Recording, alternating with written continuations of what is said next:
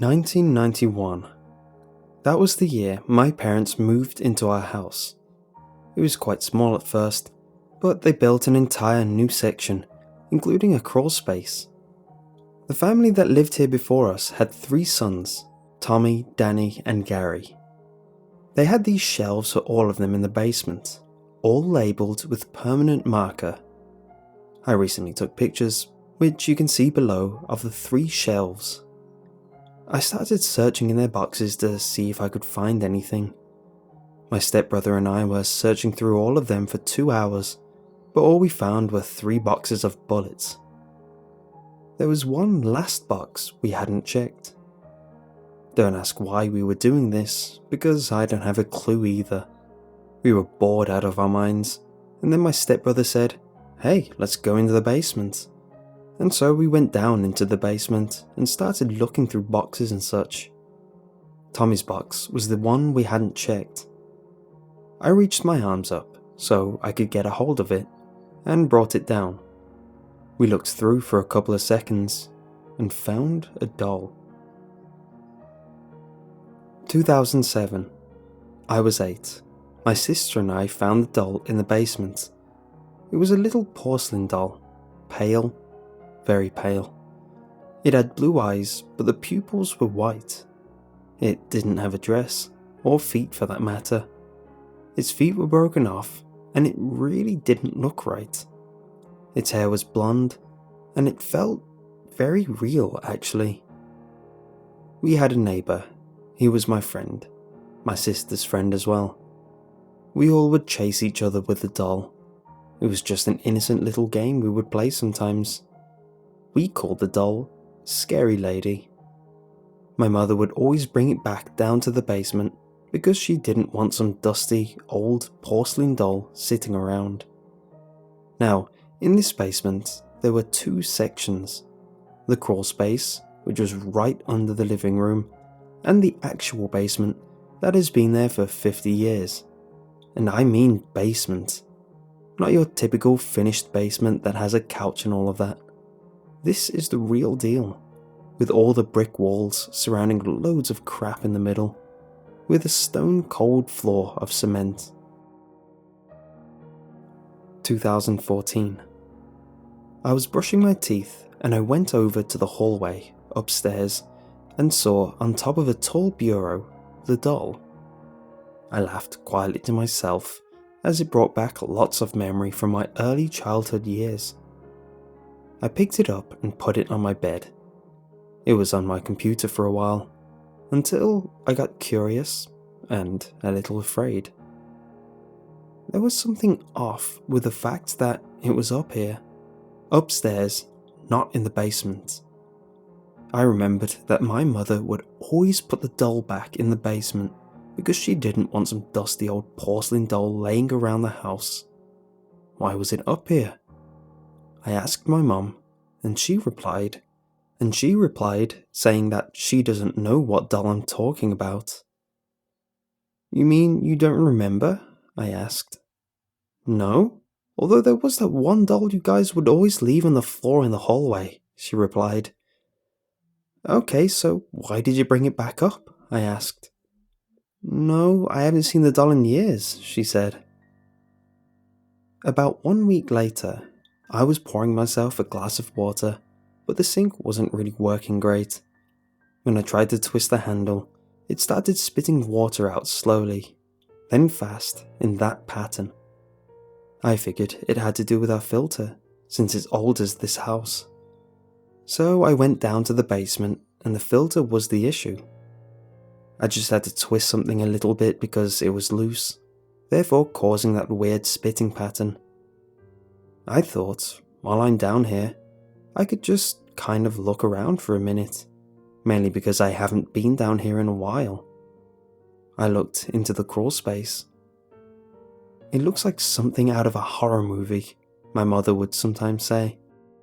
And for just a second, just 1 second, I imagined the doll, all the way in the middle of the crawl space.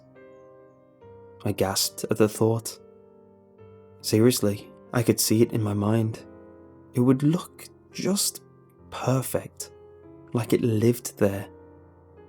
The thought of it staring down at me from that spot is just terrifying. I really wanted to see this. I always loved scary things, and this would be a great picture to have. So I went upstairs, grabbed the doll, and came down to the basement. I was going to go in the crawl space right there, but something stopped me. Something was telling me this was a bad idea. Like my mother would sometimes say about it, something out of a horror movie. That was very true. It did in fact look like it was in a horror film. A good horror film. A really good horror film. So I stood up on a stool and crawled into the crawl space. I started going faster as I really did not want to be in there. I put the doll in its place and went back to the old section of the basement. I took a second to catch my breath and looked back. "Ah, Jesus," I said. This was probably the most frightening thing I'd ever seen. The face of the doll staring down all the way to the old section was just horrifying. I took my phone out of my pocket and snapped a picture of it. I never went back in the crawl space. No, I don't want to see it, and I don't want it to see me. A couple days later, there is a difference between scary and creepy.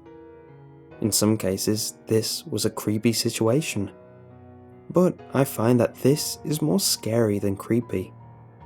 There are too many dolls that have the ability to move, such as Robert the doll, who is also dangerous, mainly because they have something to do with spirits.